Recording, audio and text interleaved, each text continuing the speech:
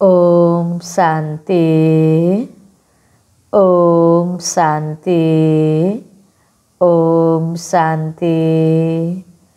आज 2082 मंगसिर 25 गते बिहिबार बाबा को साकार मुरली। मुरली को मुख्य सार में बाबा भन्नुहुन्छ, मीठी बच्चे संगम युग में तिमी ब्राह्मण संप्रदाय बनेका छौ। अब तिमी मृत्यु लोक को मनुष्यबाट अमर लोक को देवता बन्नु छ। संगम युग में तिमी ब्राह्मण संप्रदाय बनेका छौ। अब तिमी मृत्यु लोक को मनुष्यबाट अमर लोक को देवता बन्नु छ। प्रश्न, तिमी बच्चाहरू कुन ज्ञानलाई बुझेका हुनाले बेहद को सन्यास गर्छौ? तिमी बच्चाहरू कुन ज्ञानलाई बुझेका हुनाले बेहद को सन्यास गर्छौ? उत्तरमा बाबा भन्नुहुन्छ, तिमीलाई ड्रामा को यथार्थ ज्ञान छ। तिमीलाई थाहा छ ड्रामा अनुसार अब यो सारा मृत्युलोक भस्मीभूत हुनु छ। अहिले यो दुनिया वर्थ नट अ पेनी बनेको छ। हामी वर्थ पाउन्ड बन्नु छ।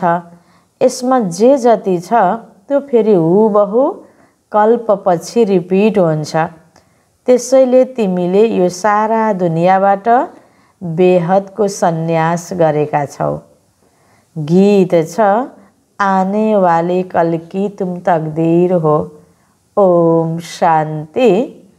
बच्चाहरूले गीत को लाइन सुन्यौ, अमरलोक आउनेवाला छ। यो हो मृत्युलोक। अमरलोक र मृत्युलोक को यो हो पुरुषोत्तम संगम युग। अब बाबाले पढाउनुहुन्छ संगममा, आत्माहरूलाई पढाउनुहुन्छ। त्यसैले बच्चाहरूलाई भन्नुहुन्छ, आत्मा अभिमानी भएर बस। यो निश्चय गर्नु छ, हामीलाई बेहदका बाबाले पढाउनुहुन्छ। हाम्रो लक्ष्य उद्देश्य यो हो, लक्ष्मी नारायण वा मृत्यु लोक को मनुष्यबाट अमर लोक को देवता बन्ने। यस्तो पढाइ त कहिले कानले सुनिएको थिएन, न कसैलाई भन्दै गरेको देखेको थिएँ। जसले भन्नुहुन्छ, प्यारा बच्चाहरू तिमी आत्मा अभिमानी भएर बस। यो निश्चय गर, बेहदका बाबाले हामीलाई पढाउनुहुन्छ। कुन बाबा? बेहदका बाबा निराकार शिव। अहिले तिमीले बुझेका छौ, हामी पुरुषोत्तम संगम युगमा छौँ। अहिले तिमी ब्राह्मण सम्प्रदाय बनेका छौ। फेरि तिमीलाई देवता बन्नु छ। पहिला शूद्र सम्प्रदायका थियौ। बाबा आएर पत्थर बुद्धिबाट पारस बुद्धि बनाउनुहुन्छ। पहिला सतोप्रधान पारस बुद्धि थियौ, अब फेरि बन्छौ। यसो भन्नु हुँदैन। सतयुगका मालिक थियौ। सतयुगमा विश्वका मालिक थियौ। फेरि 84 जन्म लिएर सिँढी झर्दै झर्दै सतोप्रधानबाट सतो रजो तमोमा आएका छौ। पहिला सतोप्रधान थियौ, त्यति बेला पारस बुद्धि थियो। फेरि आत्मामा अपवित्रता मिसिन्छ। मानिसहरूले बुझ्दैनन्। बाबा भन्नुहुन्छ, तिमीले केही जानेका थिएनौ।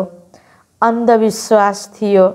नजानिकन कसैको पूजा गर्नु वा याद गर्नु, त्यसलाई अन्धविश्वास भनिन्छ।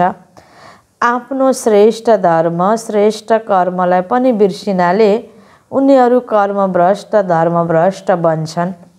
भारतवर्षका मानिसहरू यस समयमा दैवी धर्मबाट पनि भ्रष्ट भएका छन्।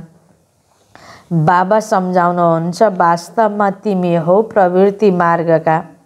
उनै देवताहरूले अपवित्र बनेपछि देवी देवता भन्न सक्दैनन्। त्यसैले नाम परिवर्तन गरेर हिन्दू धर्म राखिदिएका छन्। यो पनि हुन्छ ड्रामा योजना अनुसार। सबैले एक बाबालाई नै बोलाउँछन्, हे पतित पावन आउनुहोस्। उहाँ एक नै परम पिता परमात्मा हुनुहुन्छ, जो जन्म मरण रहित हुनुहुन्छ। यस्तो होइन कि नाम रूपबाट न्यारा कुनै चिज हुन्छ।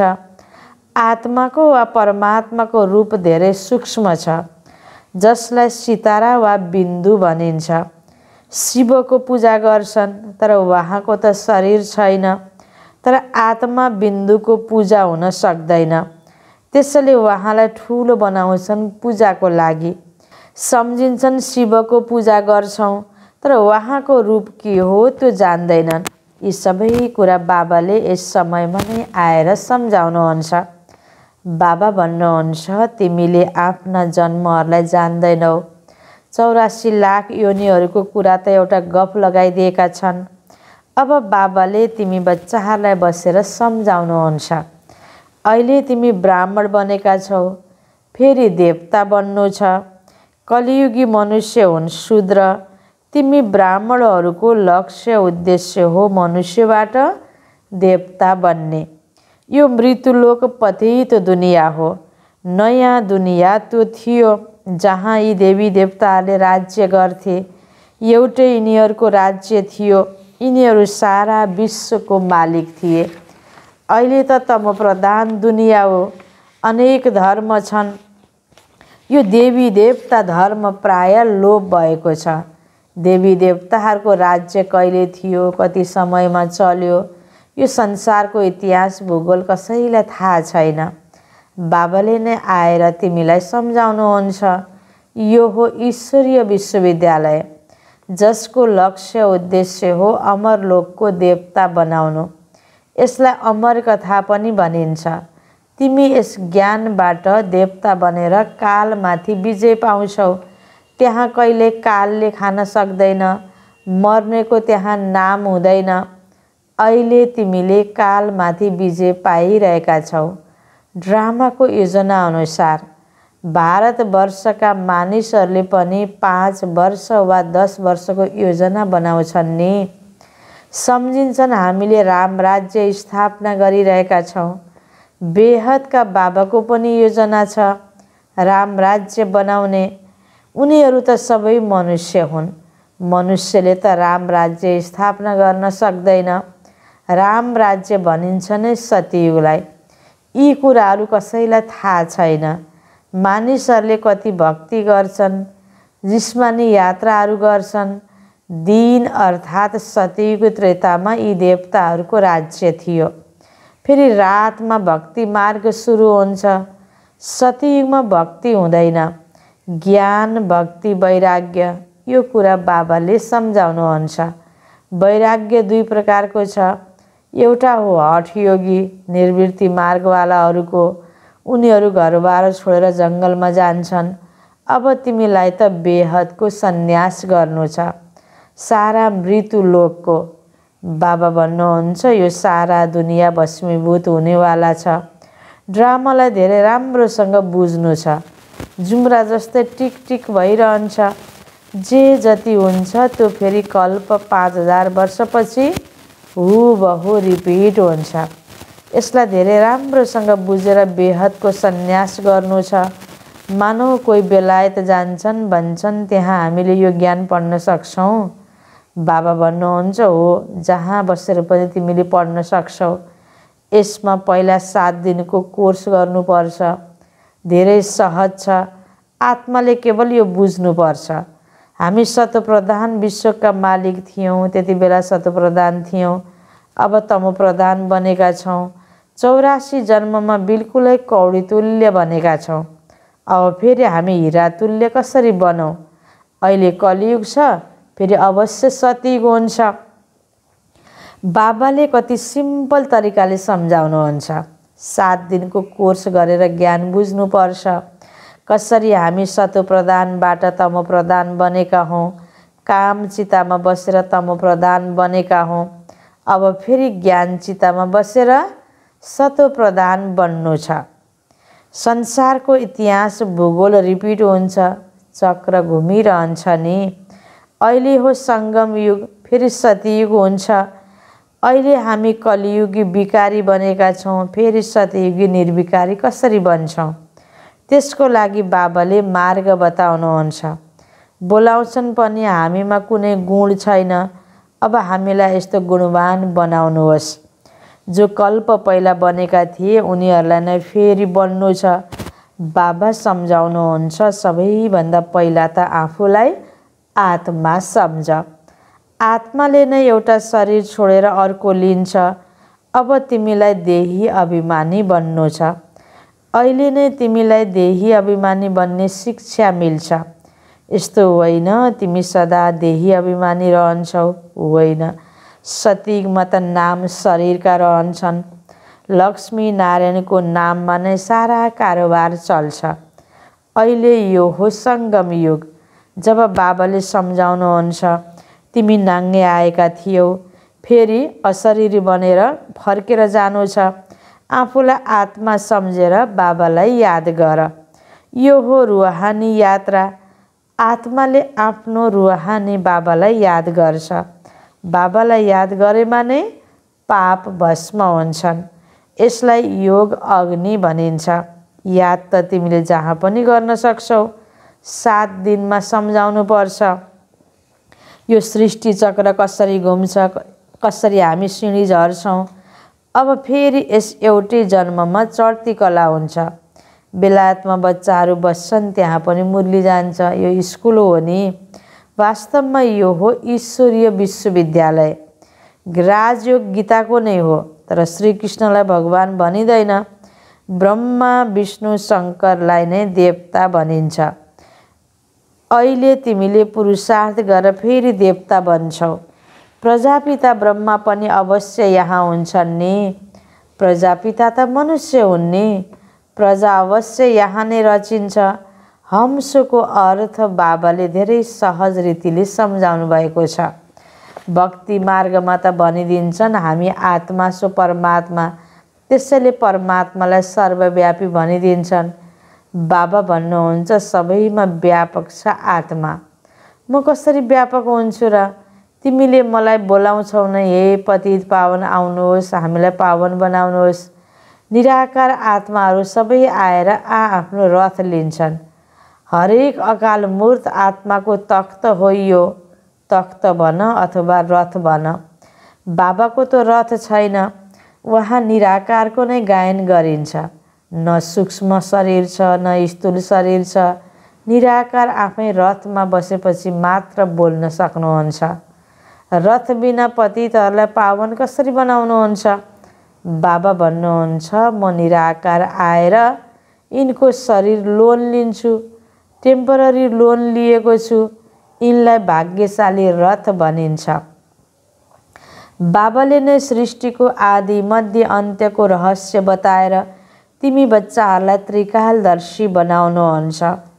अरू कुनै मनुष्यले यो ज्ञान जान्न सक्दैनन्। यस समयमा सबै नास्तिक छन्। बाबा आएर आस्तिक बनाउनुहुन्छ। रचयिता रचनाको रहस्य बाबाले तिमीलाई बताउनु भएको छ। तर तिमी सिवाय अरू कसैले सम्झाउन सक्दैन। तिमीले नै यस ज्ञानबाट फेरि यति उच्च पद पाउँछौ। यो ज्ञान केवल अहिले नै तिमी ब्राह्मणहरूलाई मिल्छ। बाबा सङ्गममा नै आएर यो ज्ञान दिनुहुन्छ। सद्गति दिने दाता एक बाबा नै हुनुहुन्छ। मनुष्यले मनुष्यलाई सद्गति दिन सक्दैन। तिनीहरू सबै गुरु हुन्। भक्ति मार्गका सद्गुरु एउटै हुनुहुन्छ। उहाँलाई भनिन्छ वाहा सद्गुरु वाहा। यसलाई पाठशाला पनि भनिन्छ। लक्ष्य उद्देश्य नरबाट नारायण बन्ने हो। ती सबै भक्ति मार्गका कथाहरू हुन्। गीताबाट पनि कुनै प्राप्ति हुँदैन। बाबा भन्नुहुन्छ मैले तिमी बच्चाहरूलाई सम्मुख आएर पढाउँछु, जसबाट तिमीले यो पद पाउँछौ। यसमा मुख्य हो पवित्र बन्ने कुरा। बाबाको यादमा रहनु छ।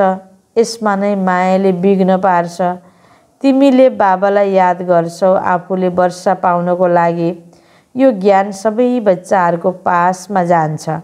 कहिल्यै पनि मुरली मिस नहोस्। मुरली मिस हुनु अर्थात् गयल हुनु हो। मुरलीबाट जहाँ बसे पनि रिफ्रेस भइरहन्छौ। श्रीमतमा चल्नुपर्छ। बाहिर गयो भने बाबा सम्झाउनुहुन्छ पवित्र अवश्य बन्नुपर्छ। वैष्णव भएर रहनुपर्छ।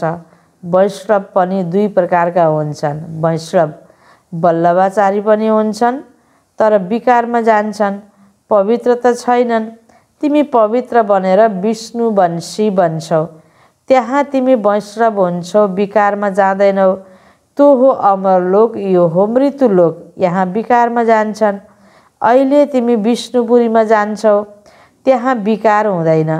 त्यो हो निर्विकारी संसार, योग बलबाट तिमीले विश्वको बादशाही लिन्छौ। तिनीहरू दुवै आपसमा लड्छन्, मखन बीचमा तिमीलाई मिल्छ। तिमीले आफ्नो राजधानी स्थापना गरिरहेका छौ।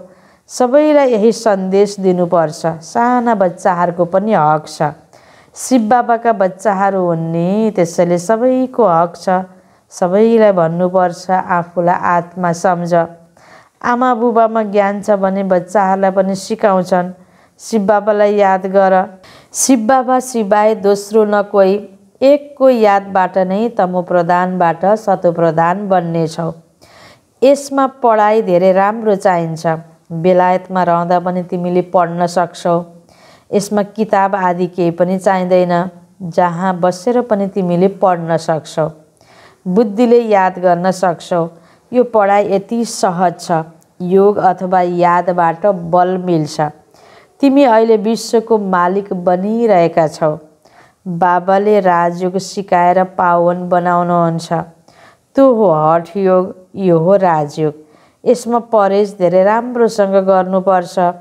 यी लक्ष्मी नारायण जस्तै सर्वगुण सम्पन्न बन्नु छ नि, खानपिनको पनि परहेज चाहिन्छ। र अर्को कुरा, बाबालाई याद गर्नुपर्छ। जन्म जन्मान्तरका पाप काटिन्छन्। यसलाई भनिन्छ सहज राजयोग। राज्य भाग्य प्राप्त गर्नका लागि राज्य भाग्य लिएनौ भने गरिब बन्छौ। श्रीमतमा पुरा चल्नाले श्रेष्ठ बन्छौ। भ्रष्टबाट श्रेष्ठ बन्नु छ, त्यसको लागि बाबालाई याद गर्नुपर्छ। कल्प पहिला पनि तिमीले नै यो ज्ञान लिएका थियौ, जुन फेरि अब लिन्छौ। सतिगमा अरू कुनै राज्य थिएन, त्यसलाई भनिन्छ सुखधाम। अहिले यो हो दुःखधाम, जहाँबाट हामी आत्माहरू आएका छौँ। त्यो हो शान्तिधाम। शिव बाबालाई आश्चर्य लाग्छ, दुनियाँमा मानिसहरूले के गर्छन्। बच्चा कम जन्मिउन् भनेर त्यसको लागि पनि कति मेहनत गरिरहन्छन्। बुझ्दैनन् यो त बाबाको नै काम हो। बाबाले तुरुन्त एक धर्मको स्थापना गरेर बाँकी सबै अनेक धर्महरूको विनाश गराइदिनुहुन्छ एकै झट्कामा। उनीहरूले कति औषधि आदि निकाल्छन् जन्मदर कम गर्नको लागि। बाबाको पासमा त एउटै औषधि छ। एक धर्मको स्थापना हुनु छ। त्यो समय आउँछ, सबैले भन्छन् यिनीहरू त पवित्र बनिरहेका छन्, फेरि औषधि आदिको पनि के आवश्यकता छ र? तिमीलाई बाबाले मनमा नभएको यस्तो औषधि दिनुभएको छ, जसबाट तिमी 21 जन्मको लागि पवित्र बन्छौ। अच्छा, मिठे मिठे सिकिलदे बच्चाहरूप्रति माता पिता बाप दादाको याद प्यार एवं गुड मर्निङ। रुहानी बाबाको रुहानी बच्चाहरूलाई नमस्ते। रुहानी बच्चाहरूको रुहानी बाबालाई याद प्यार गुड मर्निङ, नमस्ते नमस्ते। धारणाको लागि मुख्य सार। पहिलो पोइन्टमा पवित्र बनेर पक्का वैष्णव बन्नु छ। खानपिनको पनि पुरा परहेज गर्नु छ। श्रेष्ठ बन्नको लागि श्रीमतमा अवश्य चल्नु छ। दोस्रो पोइन्ट, मुरलीबाट स्वयंलाई रिफ्रेस बनाउनु छ। जहाँ रहे पनि सतोप्रधान बन्ने पुरुषार्थ गर्नु छ।